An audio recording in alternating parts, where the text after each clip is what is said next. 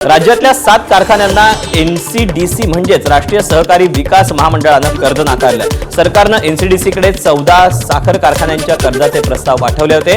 14 पैकी केवळ 7च कारखान्यांच्या कर्जांचे प्रस्ताव हे मंजूर झालेत। नकार मिळालेल्या कारखान्यांमध्ये पुणे जिल्ह्यातील 3 कारखाने आहेत। संग्राम थोपटेंच्या कारखान्याला 467 कोटींचं कर्ज नाकारण्यात आलं, तर दिवंगत अजित पवारांच्या कारखान्याचा 361 कोटींचा प्रस्ताव देखील नाकारण्यात आलेला आहे। कर्ज नाकारण्यासंदर्भात महसूल मंत्री चंद्रशेखर बावनकुळेंनी प्रतिक्रिया दिली। शेतकऱ्यांना फायदा व्हावा यासाठी असे निर्णय होत असतात असं बावनकुळे म्हणाले। शेतकऱ्यांचं हित पाहणाऱ्या कारखान्यांना नेहमीच सरकारची मदत होत असल्याचं बावनकुळेंनी स्पष्ट केलं। जे कारखाने चालू शकतात, प्रॉफिटमध्ये येऊ शकतात, शेतकऱ्याला न्याय देऊ शकतात, शेतकऱ्याची त्या ठिकाणी शेतकऱ्याला ज्यातून फायदा होईल असे कारखाने, अशा कारखान्याला मदत करणे ही सरकारची भूमिका आधीपासून राहिली आहे। 40 वर्षापासून भूमिका राहिली आहे। आणि कारखाने जास्ती राहिले तर मोनोपोली होत नाही, कारखाने कमी राहिले तर मोनोपोली होतं। आणि म्हणून शेतकऱ्यांना जास्तीत जास्त ऑप्शन्स राहावे, त्यामुळं मला असं वाटतं असे निर्णय घेत असतं। आणि सरकारने अनेक वेळा 40 वर्षापासून अनेक वेळा अशा कारखान्याला मदत केली, ही पहिलीच वेळ नाही आहे, अनेक वेळा अशी मदत केली आहे। बारामती विधानसभेच्या पोटनिवडणुकीसाठी गुरुवारी मतदान पार पडतंय। प्रशासकीय यंत्रणा सज्ज झाली आहे। यंदा पहिल्यांदाच मतदान केंद्रावर काम करणाऱ्या अधिकाऱ्यांना मतदान यंत्र घेण्यासाठी स्ट्रॉंग रूमला येण्याची गरज भासली नाही। निवडणूक आयोगाकडून थेट मतदान केंद्रावर मतदान यंत्रही पाठवण्यात आली आहे। विधान परिषदेच्या 6 जागांसाठी रात्री 10 वाजता वर्षा निवासस्थानी कोर कमिटीची बैठक होणार आहे। माधवी नाईक, राजेश पांडे, राम सातपुते, प्रज्ञा सातव यांच्यासह 12 नावांची विधान परिषदेसाठी चर्चा आहे। संघटनेतील जुन्या कार्यकर्त्यांना संधी मिळणार असल्याची माहिती आहे। पोटनिवडणुकीसाठी प्रज्ञा सातव यांच्या नावावर जवळपास शिक्कामोर्तब झाल्याची सूत्रांची माहिती आहे। इतर 5 नावांवर जाती आणि प्रादेशिक समतोल राखून निर्णय होणार आहे। बैठकीनंतर अंतिम नावं ही केंद्रीय नेतृत्वाकडे पाठवली जातील।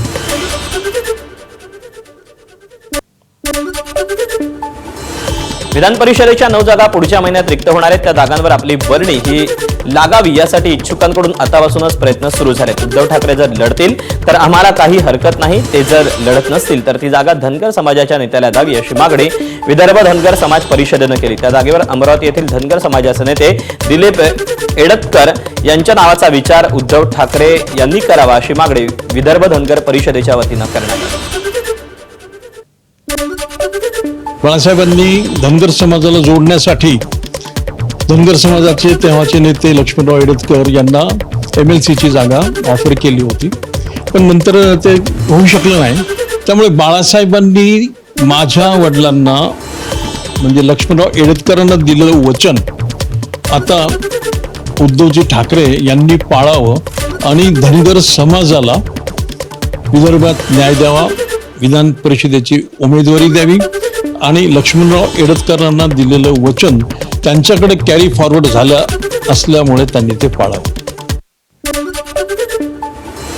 विधान परिषदेच्या जागेबाबत ठाकरेंच्या शिवसेनेचे खासदार संजय राऊतांनी प्रतिक्रिया दिली। उद्धव ठाकरे विधान परिषदेवर जाणार असतील तर आमचा पाठिंबा असेल अशी भूमिका शरद पवारांची राष्ट्रवादी आणि काँग्रेसनं जाहीर केल्याचं राऊत म्हणाले। विधान परिषदेवर काँग्रेस पक्षानं आणि राष्ट्रवादी काँग्रेसने एक भूमिका जाहीर केली की माननीय शिवसेना पक्षप्रमुख उद्धव ठाकरे साहेब विधान परिषदेत जाणार असतील तर ते त्यांना पाठिंबा देतील, ही त्यांची भूमिका त्यांनी जाहीर केली। आता शिवसेनेकडून कोणाला पाठवायचं याचा निर्णय शिवसेना पक्षप्रमुख घेतील। लोकसभेत नारी शक्ती वंदन विधेयक नामंजूर झाल्यानंतर सत्ताधारी एनडीएतल्या घटक पक्षांनी विरोधी पक्षांच्या विरोधात आंदोलनाला सुरुवात केली। भाजपनं काल मुंबईत जनआक्रोश मोर्चा काढला। वरळीच्या जांभोरी मैदानातून सुरू झालेला हा मोर्चा NSCI डोमपर्यंत नेण्यात आला। मात्र या जनआक्रोश मोर्चामुळे जांभोरी मैदान परिसरात मोठी वाहतूक कोंडी झाली होती। वाहतूक कोंडीच्या त्रासानं संतप्त झालेल्या महिलेच्या रागाचा सामना मंत्री गिरीश महाजन यांना करावा लागला। या महिलेनं गिरीश महाजनांवर प्रश्नांचा भडीमार केला होता। मुंबईतल्या जनाक्रोश मोर्चातील घटनेवरून नाना पटोलेंनी गिरीश महाजनांवर टीका केली. महिलेकडून मंत्र्याला शिव्या खाव्या लागल्याची ही पहिलीच घटना अशी प्रतिक्रिया काँग्रेस नेते नाना पटोलेंनी दिली. तर हा महिलांचा संताप आहे असं ठाकरेंच्या शिवसेनेचे खासदार संजय राऊतही म्हणाले. हे सत्तेचा जो माज असतो ना, त्या माजाचा हा परिणाम आहे. आमचीच सत्ता आहे आणि या सत्तेचं ज्या पद्धतीनं दुरुपयोग जनतेला त्रास देण्यासाठी केला जातो त्याचं एक सर्वात मोठं उदाहरण फडणवीसाच्या मंत्रिमंडळातल्या एका मंत्र्याच्या दृष्टिकोनातून पाहिलं आणि सामान्य लोकांनी त्याच्यावर कसं ट्रोल केलं. आणि जी महिला एकीकडे महिला आरक्षणाचं सांगत होती, महिलाच त्यांना शिवा घालत होती. अशा पद्धतीचं चित्र आपण पाहतोय. महाराष्ट्राच्या इतिहासात या पद्धतीची पहिली घटना आहे की मंत्र्याला इतक्या शिवा खावा लागल्या एका महिलांच्याकडून. हा विद्रोह आहे महिलांचा, राग आहे, संताप आहे. तुम्ही खोटं बोलताय लोकांशी आणि खोटं बोलून मोर्चे काढताय, भाड्याची माणसं आणताय आणि रस्ते जाम करताय. 1500 रुपये महिन्याला महिलांना देताय, मोर्चाला 1000 रुपये दिले असतील महिलांना आणण्यासाठी. मुंबईतल्या जांभुरी मैदानात आक्रमक झालेल्या महिलेसंदर्भात आज मंत्री गिरीश महाजनांनी प्रतिक्रिया दिली. महिलांच्याच हक्कासाठी आमचा मोर्चा होता. त्या महिलेला पोलिसात तक्रार करता आली असती. सभ्य भाषेत त्या महिलेला बोलता आलं असतं, पण त्या आक्रमक झाल्याचं महाजन म्हणाले. शेवटी महिलांच्या हक्कासाठी हा मोर्चा होता. असे मोर्चे आपण बघतायत मुंबईमध्ये, शहरामध्ये, राज्यामध्ये, देशामध्ये सतत निघत असतात. आंदोलन जेवढी मोठी होतात तर आपल्याला माहिती आहे काय काय त्यावेळेला होतं म्हणून.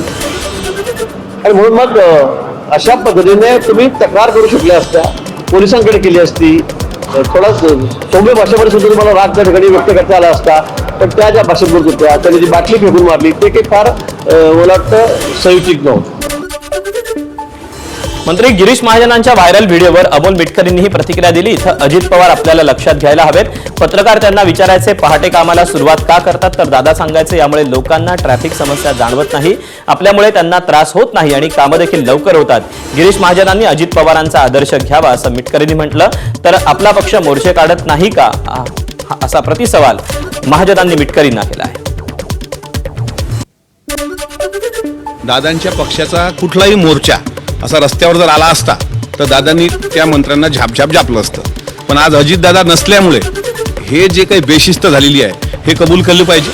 आणि गिरीश महाजन साहेबांनी सुद्धा त्यांच्या भाषणामध्ये दादांप्रती संवेदना व्यक्त केल्या.